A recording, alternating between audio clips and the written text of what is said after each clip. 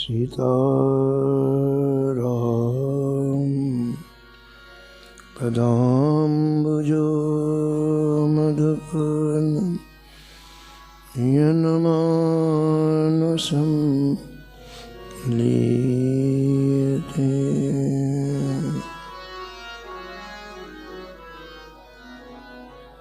सीताराम गुणावली निशिदेवा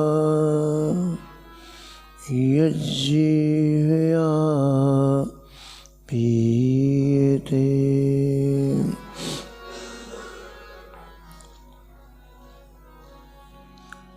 सीताराम विचित्ररूपमनिशं यश्चक्षुषोर्भूषणम्।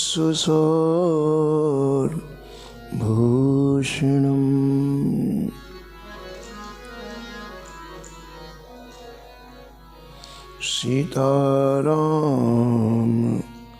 सुनाम धाम निरतं तं सद्गुरुं संभजे।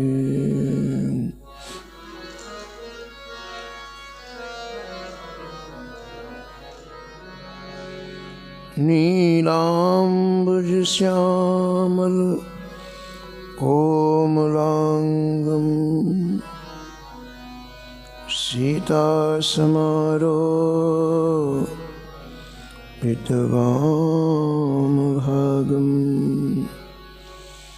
पाणौ महासायकचारुचापं नमामि रामं रघुवंशनाथं।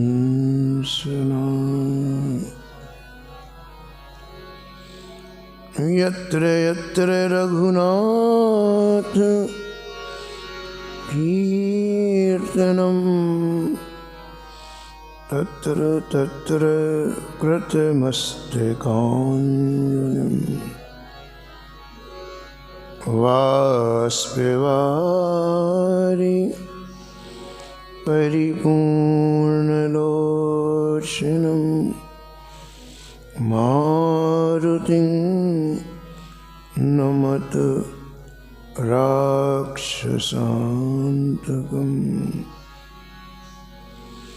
वाञ्छाकल्पतरुभ्यश्च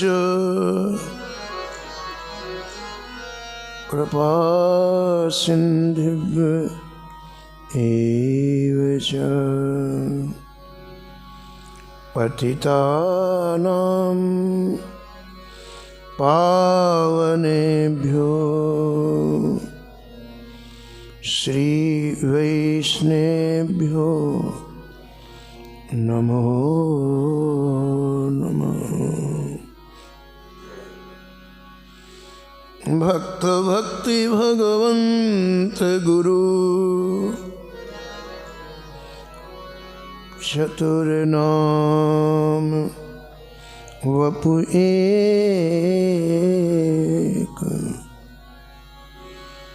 इनके पद वंदन किए नासत विघ्न अनेक।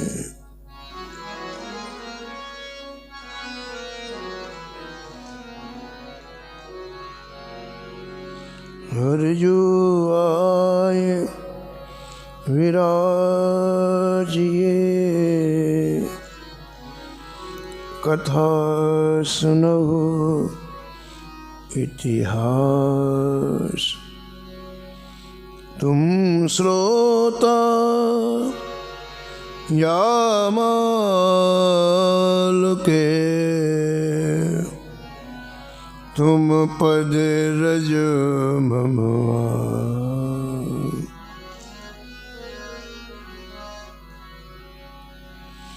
तुम पीछे जो और हैं श्रोता है रस खान,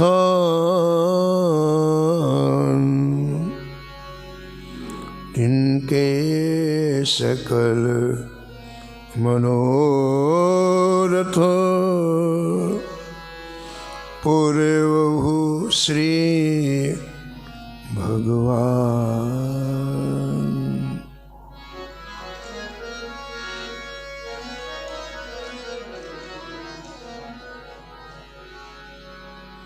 राधे राधे गोविंद गोविंद राधे।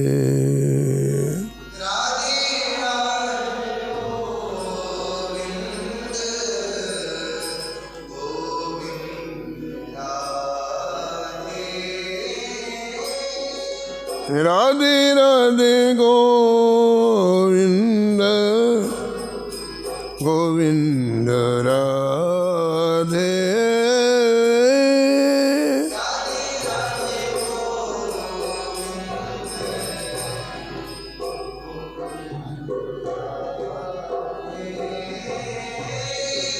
राधे राधे गोविंद गोविंद राधे।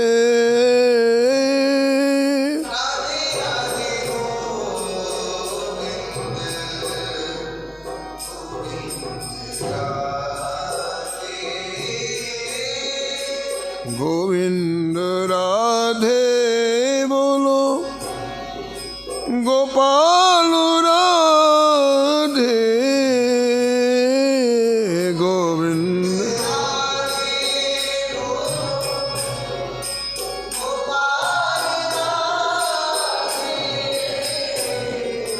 गोविंद राधे बोलो गोपाल राधे।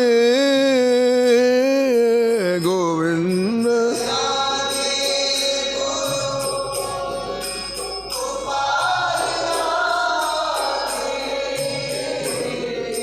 राधे राधे गोविंद गोविंद राधे।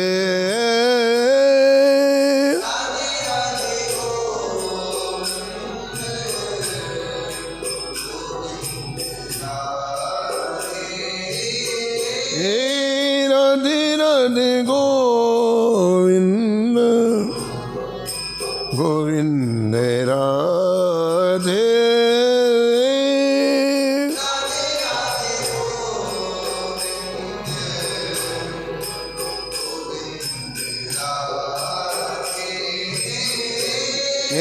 राधे राधे गोविंद गोविंद राधे।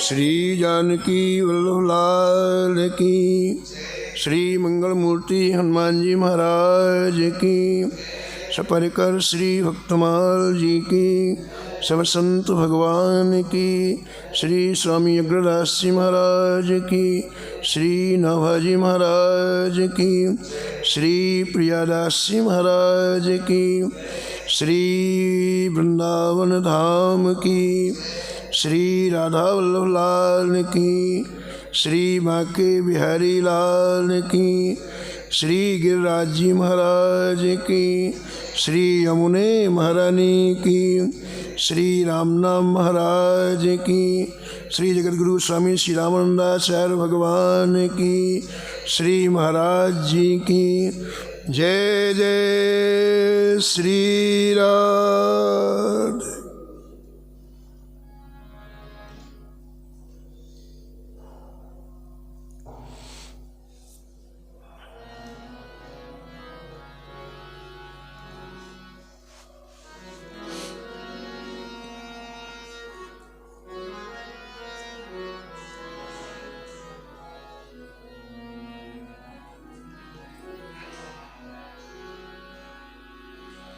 श्री रामानंद रघुनाथ जो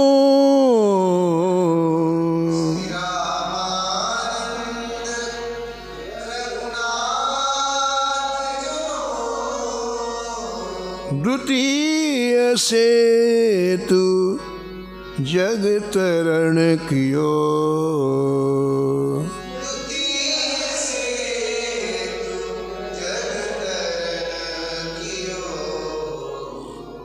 अनंतानंद कबीर सुखा सुर सुरा पद्मावत नर हरि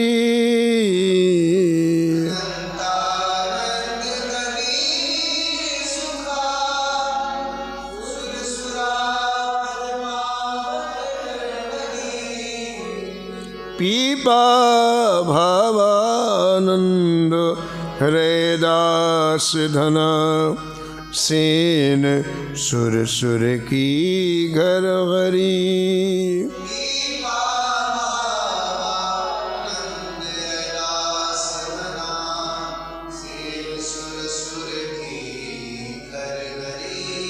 और शिष्य प्रशिष्य एक तेक उजागर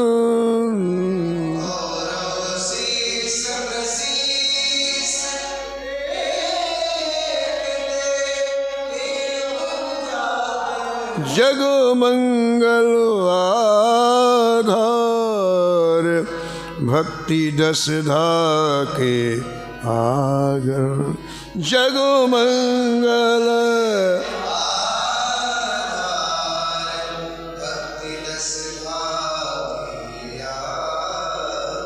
बहुत काल बपुधार के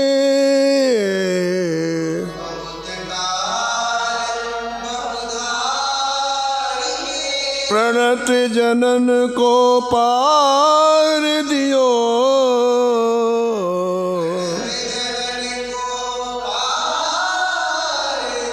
श्री रामानंद रघुनाथ जो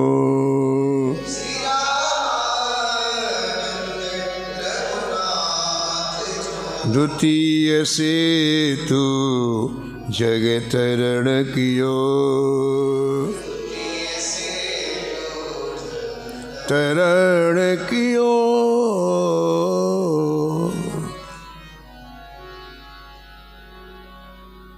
प्रातः स्मरणीय परम वंदनीय श्री भक्तमाल के रचयिता श्री नाभा गोस्वामी जी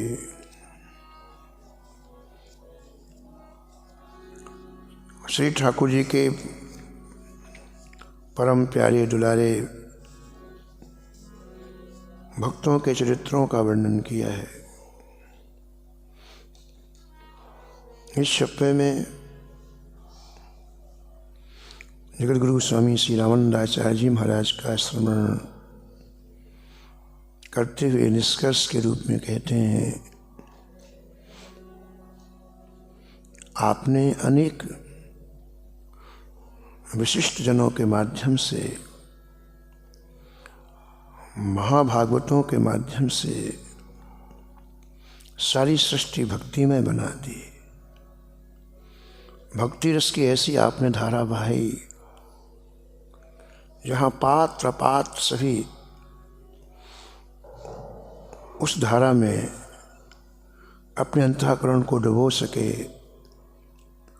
और अनंत काल से उनके हृदय का जो ताप था, जो पीड़ा थी, जो शोक था, वो हमेशा हमेशा के लिए दूर हो गया।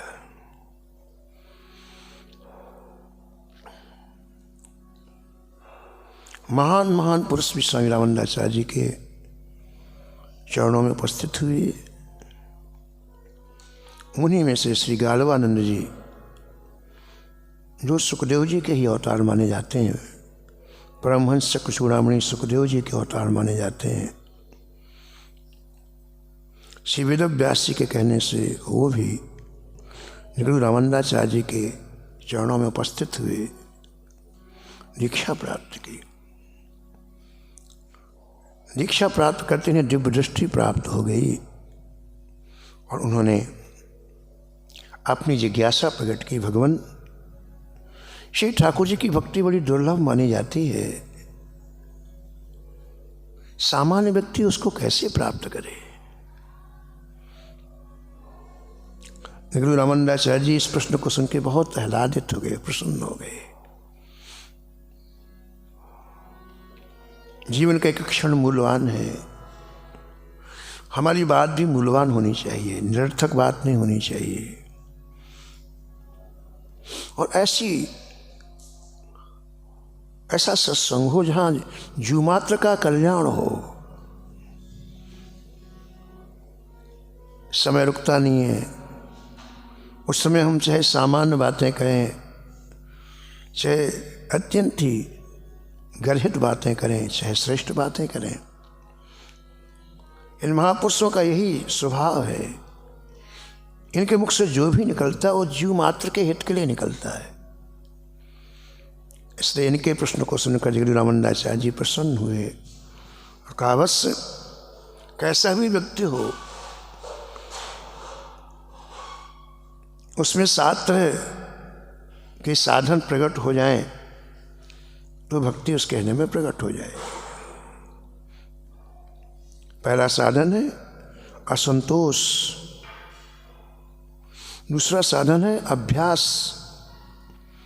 तीसरा साधन है अदैन्य, चौथा साधन है कल्याण, पांचवा साधन है क्रिया, छठवां साधन है विवेक और सातवां साधन है विमोक।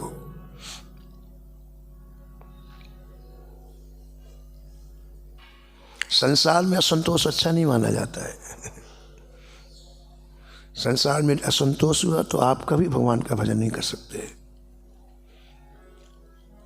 संसार में तो संतोष करना है हमें।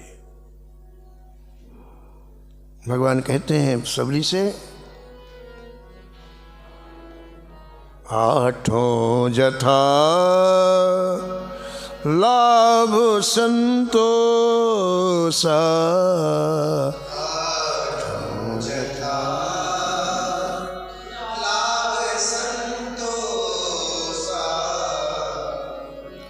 आज की तारीख में हमें जो प्राप्त हुआ है, श्री ठाकुर जी की कृपा का अनुग्रह है, अनुभव करते हुए परम संतुष्ट हो जाए। आप देखेंगे संतोष आते ही तुरंत भजन में मन लगेगा। संतोष संसार में नहीं होता, इसलिए मन विचलित हो जाता है। भजन करने वाले के लिए संतोष क्या है? भगवान कहते हैं भजन की कुंजी है जथा लाभ का मतलब जो मिला। बहुत मिला तो भी ठीक, बिल्कुल नहीं मिला तो भी ठीक। मिलने न मिलना हमारा ध्येय नहीं है, हमारा ध्येय भगवान का भजन है। ध्येय अपना बिल्कुल सुनिश्चित होना चाहिए, नहीं व्यक्ति अभाव और प्रभाव के झूले में झूलता रहेगा। संसार में संतोष होए। गज धन गो धन बाज धनो, गज धन गो और रतन सब खान,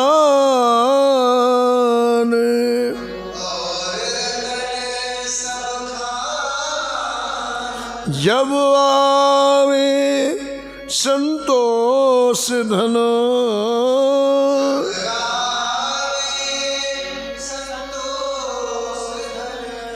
सब धन धूर समान, सब धन धूर समान।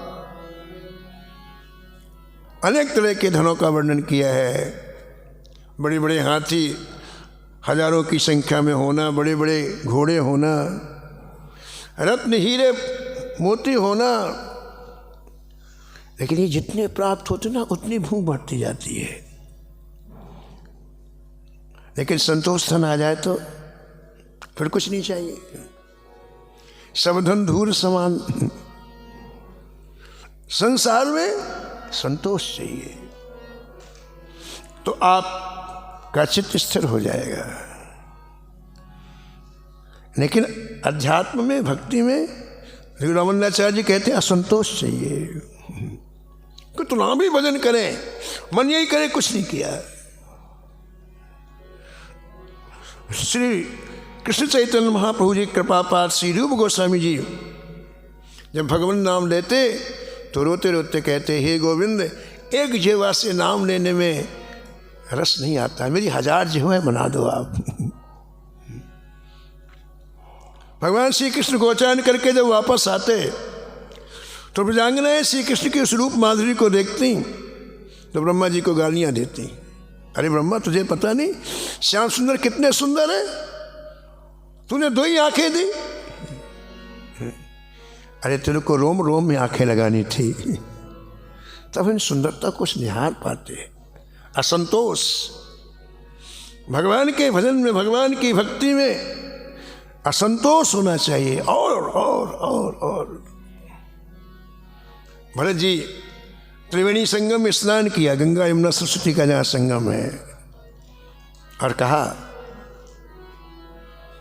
मेरा प्रेम राम जी के चरणों में रोज रोज नित्य नित्य नवीन बढ़ता रहे।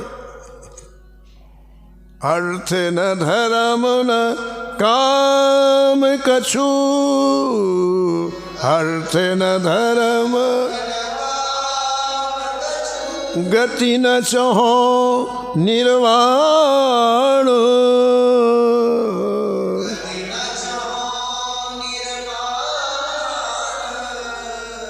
जन्म जन्म रति राम पदो,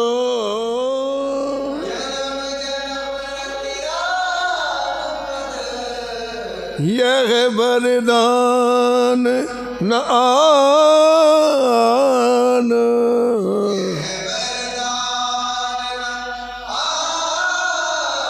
यह वरदान न आन।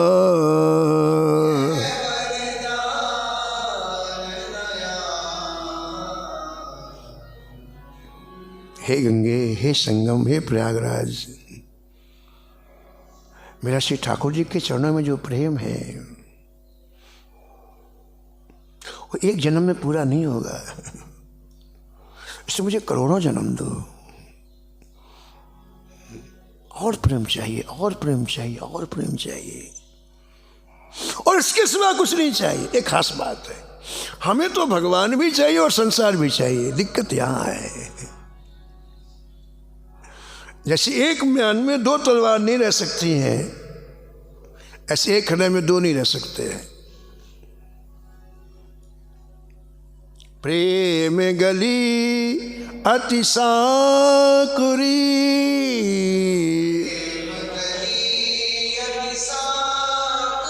तामे 2 न समाए,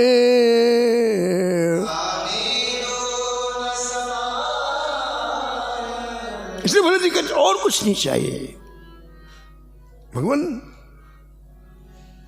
पुरुषार्थ चतुष्टय के जो 4 अंग हैं वो मुझे नहीं चाहिए। न अर्थ चाहिए, न धर्म चाहिए, न काम चाहिए, न मोक्ष चाहिए, मुझे आपके चरणों का प्रेम चाहिए। प्रेमी की भाषा कितनी मधुर होती है। मीरा जी कहती हैं, जय जय मेरे तो गिरधर गोपाल, मेरे तो गिर दूसरो न कोई, दूसरो दूसरा मेरा कोई नहीं है, केवल गिरधर गोपाल मेरे। कितनी मीठी भाषा प्रेमियों की होती है। असंतोष।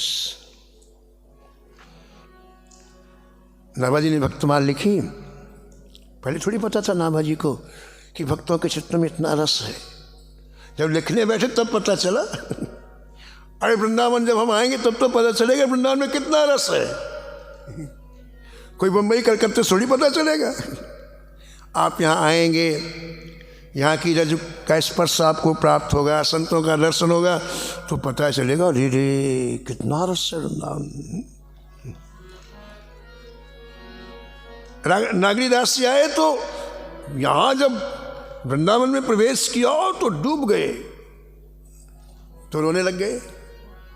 कहते दिन बिन वृंदावन खोए, कहते दिन बिन, अरे जीवन कितने दिन बिना वृंदावन के निकल गए, खोए, नष्ट कर लिया उस समय को। कितना रस है वृंदावन।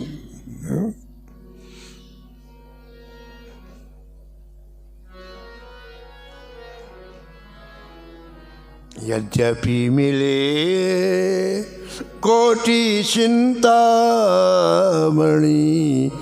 यद्यपि मिले कोटि चिंतामणि, तदपि न हाथ पसार, तदपि न वृंदावन सीमा के बाहर, वृंदावन हर हूँ को न निहार, हर हूँ को वृंदा विपिन बिहार रे मनो।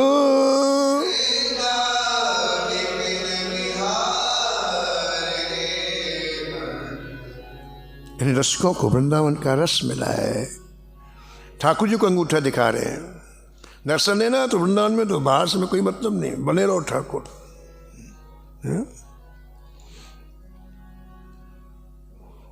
तो नाभाजी ने जब भक्तमाल लिखी तो इतना रस आया ना, इतना रस आया। तो ठाकुर जी के सामने हाथ जोड़ करके बोले, जय जय, अब मुझे आप करोड़ों जन्म दो। क्या करोगे? बोले हर जन्म लेकर मैं नहीं भक्त का चरित्र गाऊंगा, एक जन्म में मेरे संतोष नहीं है, मुझे करोड़ों जन्म चाहिए। इतना एक एक भक्त के चरित्र इतना रस है कि एक जीवन उसमें लग जाए। अंग्री अंबुज पांस को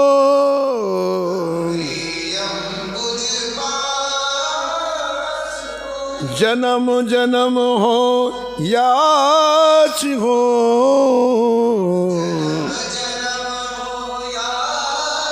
जन्म जन्म हो याच हो।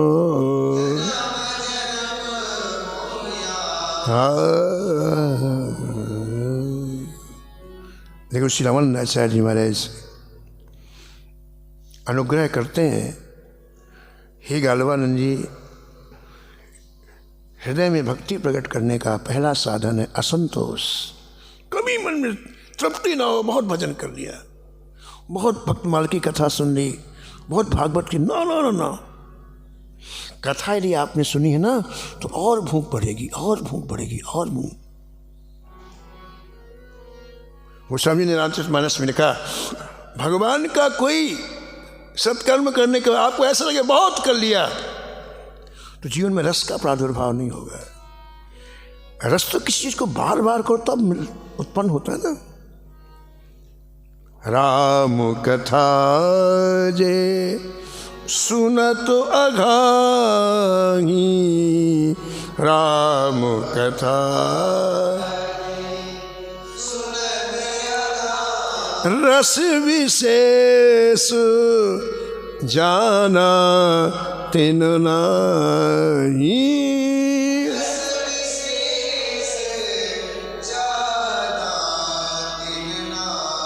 जाना तिन नाही, जाना।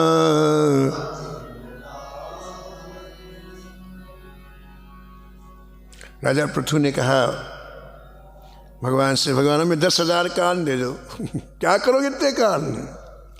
2 कानों से कथा सुनने में तृप्ति नहीं होती है, तो कथा की कैसी मुंह? 10,000 कान दो। गोस्वामी कहते हैं कथा सुनना क्या है? अपने कानों को समुद्र बना लो, जैसे समुद्र में रोज 1800 नदियां जल डालती हैं, लेकिन समुद्र कभी नहीं कहता बस बस बस बहुत हो गया, बोले और आने दो आने दो आने दो। ऐसे अपने कानों को समुद्र बना लो, पूरे जीवन कथा सुनो कि कभी तृप्ति ना हो, और सुनना है और सुनना है और सुनना है। जिनके श्रवण समुद्र समाना,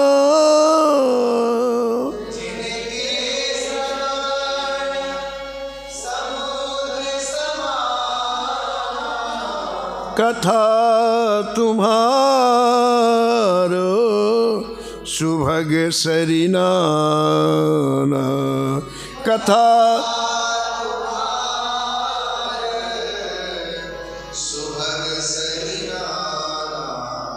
भरहि निरंतर होहि न पूरे, भरहि निरंतर होहि न, तिनके ही तुम कहाँ ग्रह रूरे।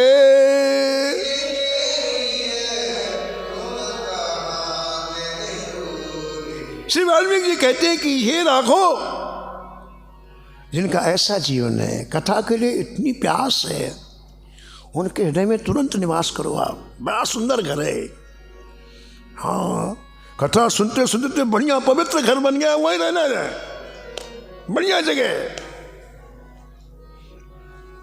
असंतोष ये पहला साधन बताया जगद्गुरु मंदाचार्य जी ने। असंतोष अभ्यास सदा ही, असंतोष अरु अधैन कल्याण सुहाई,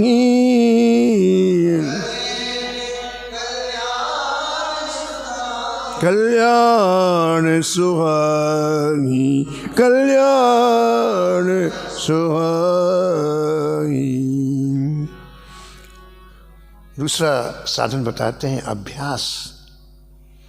कल आपने सुना था अभ्यास में बड़ी सामर्थ्य होती है।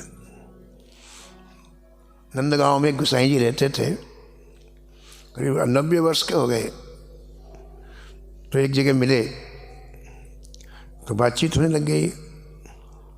तो कहते थे माँ जी, मेरा बचपन से एक नियम है, प्रातःकाल 3 बजे उठ करके 3 से 6 मैं भगवान के नाम का जप करता हूँ। बचपन से 90 वर्ष की आयु गई, लेकिन नियम नहीं टूटा। 3 घंटे जप करने के बाद फिर मैं दूसरा काम करता हूँ, मेरा बचपन से नियम। पिछले 5 सालों से मुझे बुखार हो गया, और बुखार भी ऐसा जो बड़ा महीन बुखार, पकड़ में नहीं आता, मुझे 24 घंटे बना रहता हो बुखार, किसी औषधि से भी लाभ नहीं हुआ। लेकिन जब मैं 3 बजे माला लेके बैठूं तो बुखार चला जाता था। 3 से 6 भग जाता है, 6 बजे घर फिर आ जाता है। 24 घंटे बुखार बना रहता है, लेकिन 3 बजे माला उठाते बुखार गायब। अभ्यास, अभ्यास से महाराज में बड़ी सामर्थ्य है, अद्भुत सामर्थ्य है।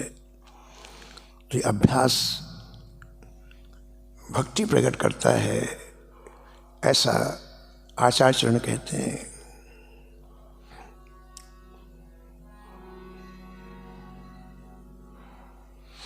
और तीसरा जो साधन का बिंदु है अदैन्य।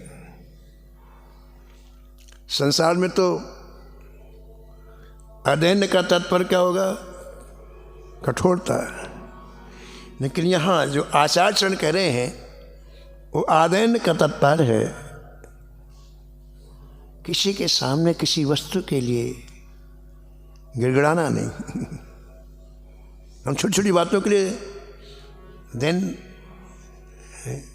भैया एक कपड़ा दे दो, भैया एक समोसा दे दो, भैया एक, यानी बिक जाते हैं महाराज। संसार के शुद्ध पदार्थों के लिए हम कितने दीन हो जाते हैं। गोस्वामी जी ने विनय पत्रिका में लिखा, हो नाथ कैसी जीव की स्थिति है। ओहो, जे कायर कलिकाल बिगोई जे का,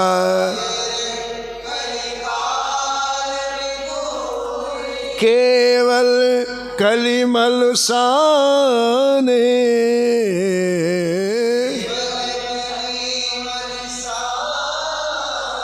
कली के मल में डूबे हुए कायर उनके सामने हम गिड़गिड़ाते हैं, साहब ये कर दो, साहब ये कर दो। कुछ कहते धिक्कार। केवल कलिमल साने,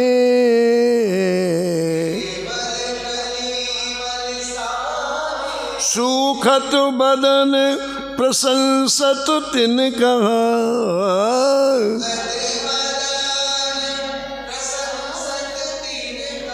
हरिते अधिक ही अमाने, हरिते अधिक ऐसे ही जन्म समूह सिराने, ऐसे ही जन्म।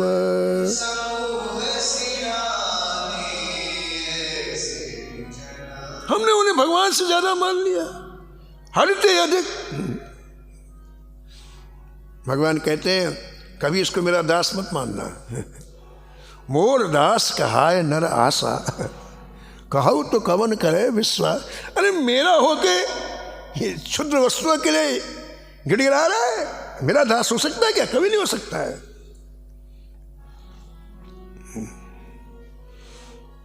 द्वितीय सिकंदर लोधी कबीर जी के सामने हाथ जोड़े खड़ा है, मैं बहुत प्रभावित हूँ आपसे, आप आज्ञा करें, मैं क्या दूं? आप जो चाहिए आप आज्ञा कर लें, मैं स्वयं आपके चरणों में हाथ जोड़ के खड़ा हुआ हूं, आप आज्ञा करें। कबीर जी ने कहा हमें जो चाहिए वो तुम्हारे पास है ही नहीं। हमें जो है ही नहीं तुम्हारे पास, क्या दोगे तुम? धन देने के लिए कह रहे हो, जमीन देने के, राज्य देने के लिए कह रहे हो? हमने असली चीज रख ली अपने पास। राम रतन धन पायो, पायो जी मैंने,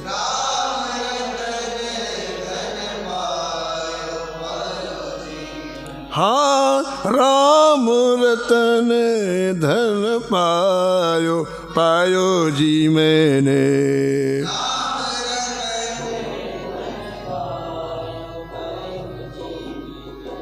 राम रतन धन पायो,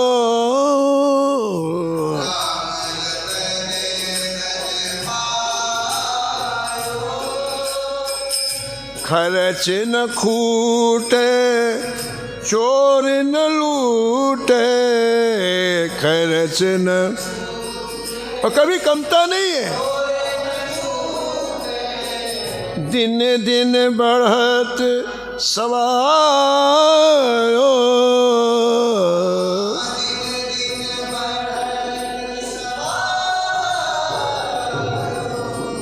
राम रतन धन पायो जी मैंने।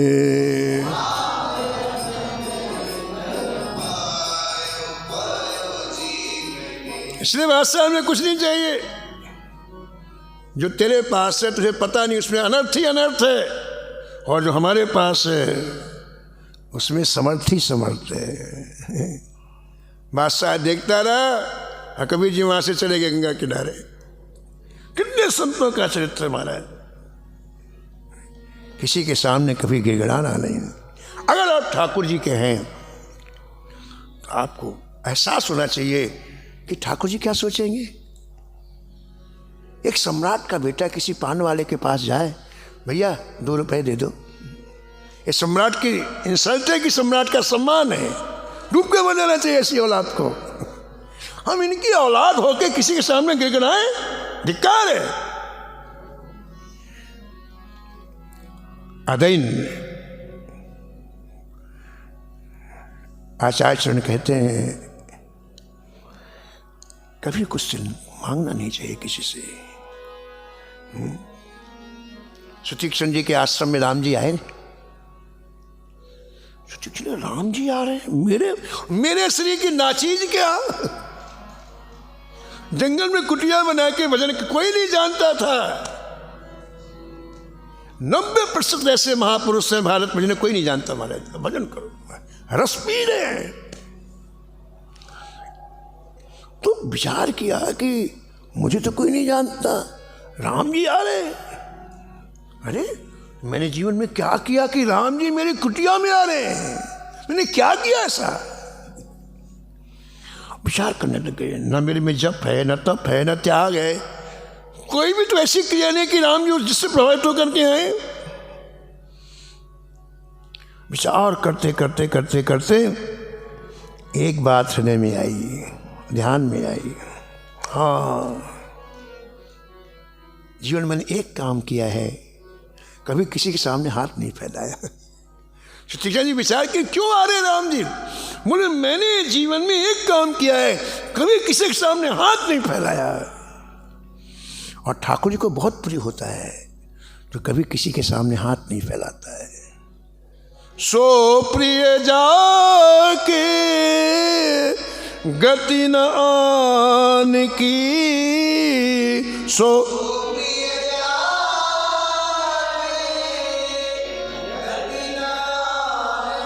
एक बार करुणा निधान की, एक बार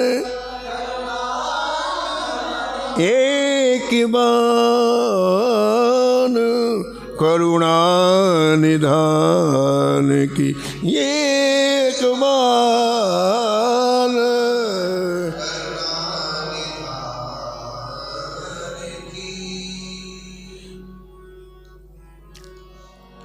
परम पावन स्थल पंढरपुर, जहाँ राका और बाका एक दंपत्ति हरदस भजन करता है।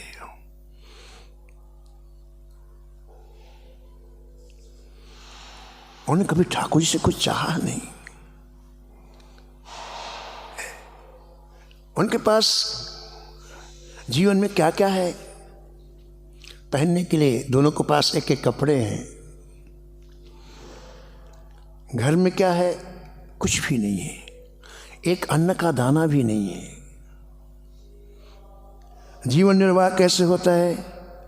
दोनों पति पत्नी सुबह सुबह जंगल में जाते हैं, सूखी लकड़ियाँ इकट्ठा करते हैं, दोनों एक एक गट्ठा रख के लाते हैं, किसी व्यापारी के यहाँ लकड़ी देते हैं, 2 पैसे मिलते हैं। 2 पैसे में पता है क्या करते हैं? 1 पैसे से तो आटा और नमक ले आते हैं और 1 पैसा संत सेवा में लगा देते हैं। और इतने प्रसन्न पूछो मत, सारी सृष्टि का जैसे साम्राज्य इन्हें मिल गया, इतने प्रसन्न। 15 वर्ष की आयु से दोनों ने भजन किया, लेकिन कभी ठाकुर से कभी कुछ डिमांड नहीं की कि हमारे पास अभाव है, कि हमारे पास कभी नहीं मारा, कभी नहीं। कितनी आयु हो गई? 80 वर्ष की महाराज जी। क्रम यही, जंगल से लकड़ी लाना, यही क्रम।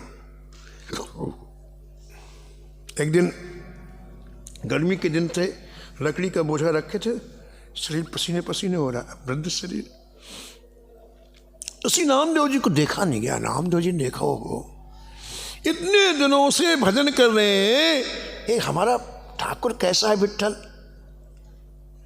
इतनी व्यवस्था नहीं कर सकता क्या? किनकी रोटी पानी का रोज चलता जाए, 80 वर्ष हो गए।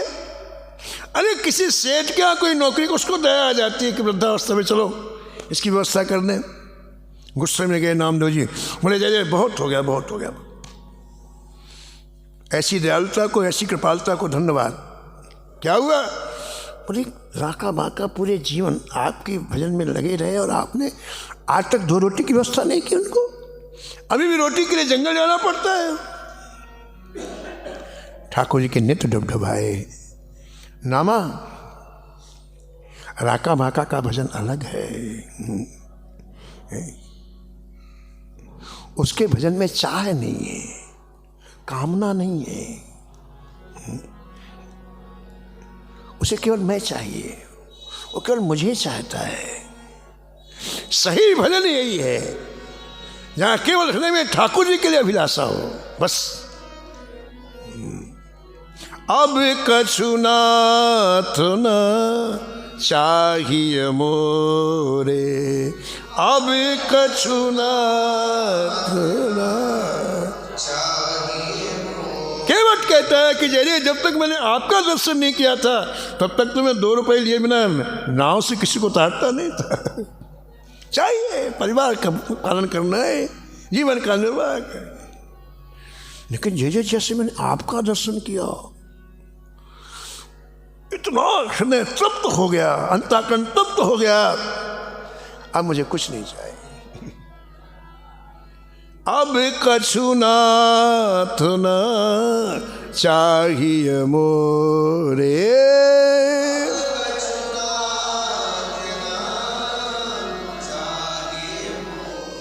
दीन दयाल अनुग्रह तोरे, दीन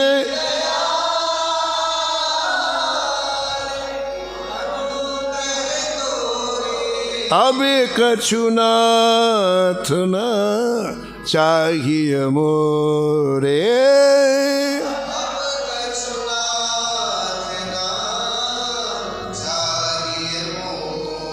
दो पैसे में नाव में उतारने वाला केवट श्री ठाकुर जी के दर्शन से कितना संतुष्ट हो गया, फुलफिल्ड हो गया कि भगवान बार बार कहते कि नहीं लो कुछ ना कुछ तुमने हमें गंगा से पार उतारा है, उतरा ही लो। राम जी थक गए तो किशोर जी ने देना प्रारंभ किया, लक्ष्मण जी ने देना प्रारंभ किया, लेकिन ना, बहुत कीन प्रभु लखन सिया,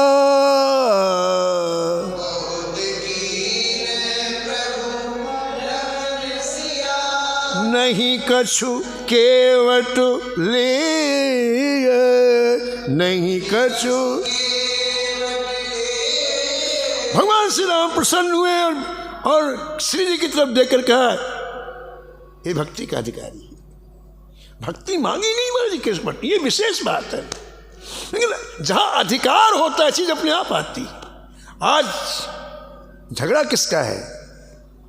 झगड़ा इसका है कि जहाँ अधिकार नहीं है वहाँ व्यक्ति चीज़ चाहता है, अधिकारी के पास अपने आप चीज़ आती है, उसे लड़ना नहीं पड़ता, उसे झगड़ना नहीं पड़ता है।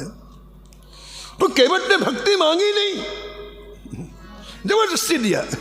ऐसा पात्र जिसे अब कुछ चाहिए नहीं, वही तो भक्ति का अधिकारी है। विदा कीन करुणायतन,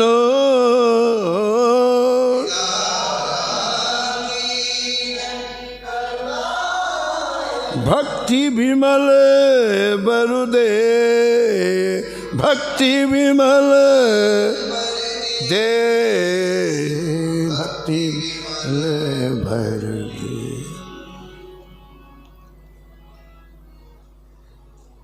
श्री विट्ठल जी ने कहा कि नामा राका भाका की भक्ति चाह की नहीं है। मैंने कितनी बार प्रयास किया, उसने कभी कुछ स्वीकार ही नहीं किया। हाथ जोड़ करके, भगवान मुझे नहीं चाहिए कुछ, बहुत है मेरे पास। नामदेव ने कहा उस समय नहीं चाहिए था जब वो युवावस्था थी, अब तो वृद्ध हो गया, मैं देख के आया हूँ, पसीने पसीने शरीर हो जाता है, आप मेरे सामने दो। चले चलो। राका बाका लकड़ी बीनने के लिए जा रहे थे तो रास्ते में ठाकुर जी ने एक स्वर्ण की ईंट प्रकट कर दी, बहुत चमचमाती हुई असली सोने की ईंट प्रकट कर दी, उससे प्रकाश निकल रहा खूब। तो इनके जाने का क्रम ऐसा होता था, आगे राका पीछे बाका, आगे पति पीछे पत्नी, और दोनों में भी फासला रहता है करीब 20 कदम का। जहां दो होंगे वहां बात होगी। भजन करने वाले को घर में भी अब थोड़ा फासला रख के रहना चाहिए। दो होंगे तो कोई ना कोई बात होगी, आधा घंटे नहीं 1 घंटे के बाद होगी। इसे भजन करने, उसका भी भजन न छूटे, आपका भी भजन न छूटे, तो 20 कदम का फासला रखते थे। लेकिन दोनों एक दूसरे के भजन का ध्यान रखते। बांका यानी पत्नी राका के भजन का ध्यान रखती और राका बांका के ध्यान भजन, बस इन दोनों का एक ही काम था कि दोनों एक दूसरे के भजन का ध्यान रखते। जीवन का कोई क्षण बिना भजन के तो नहीं चला गया।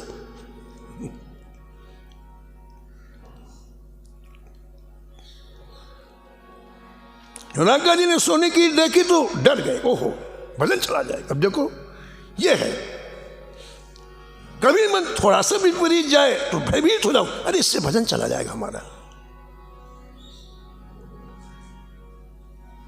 यानी भजन का इतना महत्व जीवन में हो जाए कि थोड़ा सा भी सहन न हो, भजन के विपरीत कोई भी क्रिया सहन न हो, हमें घबरा जाए, अरे भजन चला जाएगा, भजन चला जाएगा।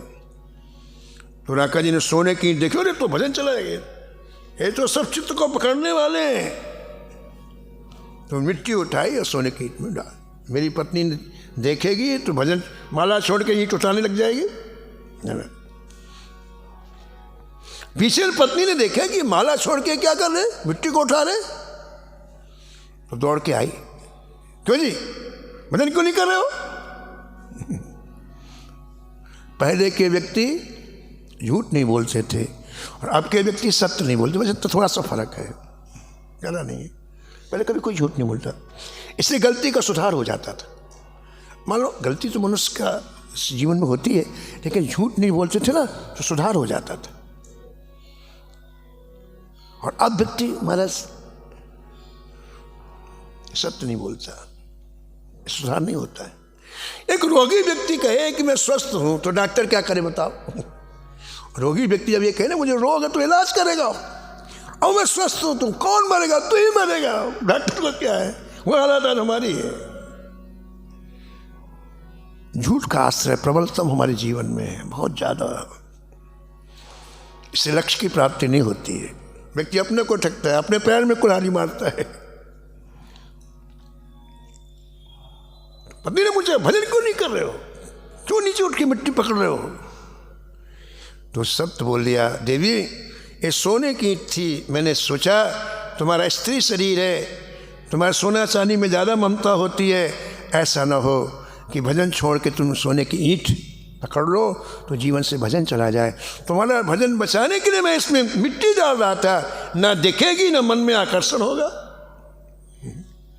ठाका मार के हंसी पत्नी, बोले पति जो इतने दिन तुम्हें भजन करते हो गए, अभी सोना चांदी दिमाग में बना हुआ है? अरे संसार की सब चीज मिट्टी है,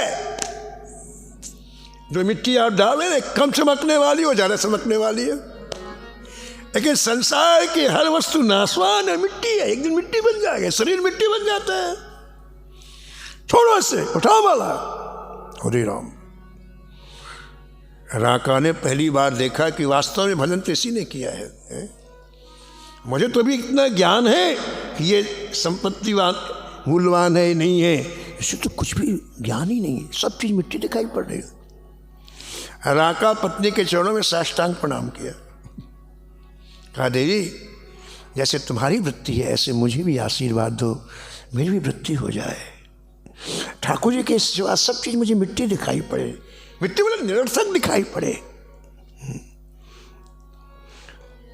आगे चले गए राका माका, भगवान ने नामदेव से कहा क्यों भाई देख, कहा था लेकिन उनको कुछ नहीं चाहिए, देखा? अरे काम कर चलो, यहां तक अपना है कुछ संत सेवा करें, इनके लकड़ी इकट्ठी करते हैं।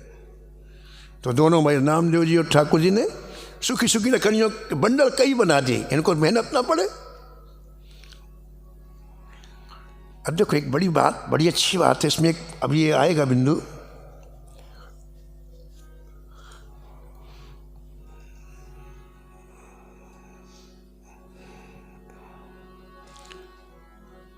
पर धन को विष के समान मानो, ये भी आएगा बिंदु।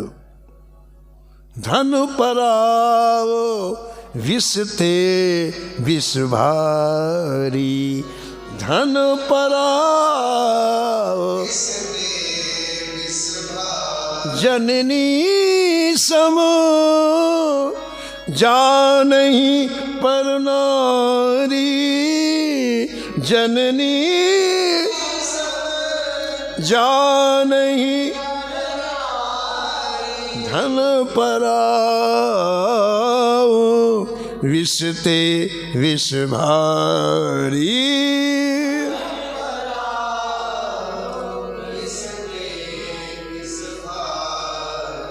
तो राका बाका ने क्या सोचा कि ये दूसरे व्यक्ति इकट्ठा करके लकड़ी गए हैं, भैया दूर से चलो, उनको स्पर्श भी नहीं किया। अब जंगल में ज्यादा लकड़ी थोड़ी थी, ठाकुर ने कई लकड़ी के बंडल बना दिए थे। तो बोले अब चलो वापस चलते हैं, लकड़ी यही नहीं है। पत्नी से बोले देखो बाका, आज हमने जो सोना देख लिया ना आंखों से, उसका परिणाम हुआ कि आज भूखे रहना पड़ेगा। आज जो सोना देख लिया ना आंखों से, उसका परिणाम भूखा रहना पड़ेगा। चलो आज जल पी के राम राम करेंगे। ठाकुर जी से नहीं रहा गया, ठाकुर जी प्रकट हो गए। ठाकुर जी को देखते साष्टांग प्रणाम किया राका बाका ने। ठाकुर जी ने कहा मेरी प्रतिज्ञा है कि आज तुमको मांगना पड़ेगा।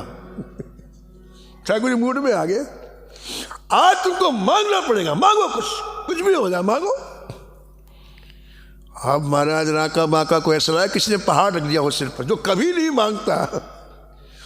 ऐसा लगा बहुत पहाड़ रख दिया सिर पर। अब महाराज राका को कुछ बुद्धि काम करना बना, ठाकुर जी अड़ गए, आज मांगो। तो राका ने सोचा कि मेरे से ज्यादा बुद्धि मेरी पत्नी की है, इसका भजन करते करते बहुत तीव्र बुद्धि हो गई है, मेरी बुद्धि तो काम कर नहीं रही। तो ऐसे धीरे से ऐसा देखा, बोले बता क्या मांगू। ठाकुर जी मान नहीं रहे, बता क्या मांगू। पत्नी ने कहा क्यों दिमाग में ज़्यादा टेंशन दे रहे हो, पहनने की एक धोती अपने लिए मांग लो, एक मेरे लिए मांग लो, हो गया। पहनने की धोती एक मेरे लिए, एक अपने लिए मांग लो। जाह न चाहिए कबहू कछु, जाह न तुम सन सहज स्नेह,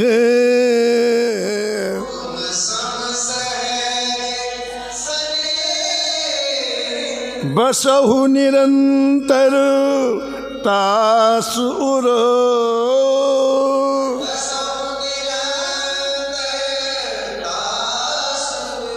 सोराउरो निज गे सोरा।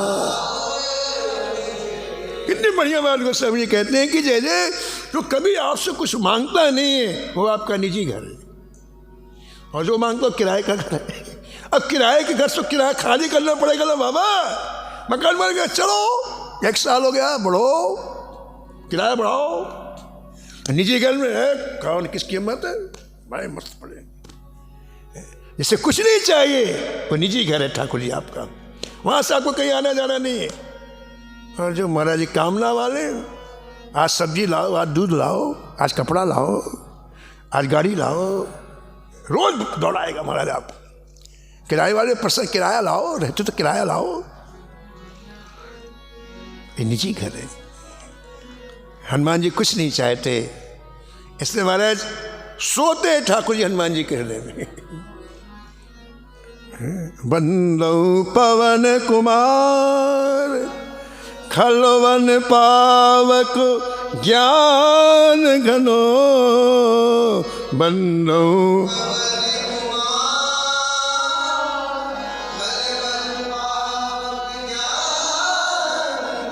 जासु हृदय आगार,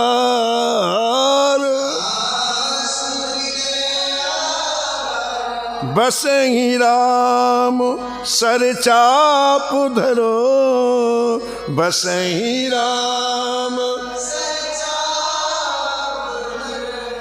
तो तीसरा पॉइंट है अदैन्य, जिसे ये दुर्लभ भक्ति चाहिए। श्रवणाचार्य जी महाराज कहते हैं कि अदन कभी कुछ ना मांगे, कभी कुछ ना मांगे। राजी हैं हम उसी में जिसमें तेरी रजा है।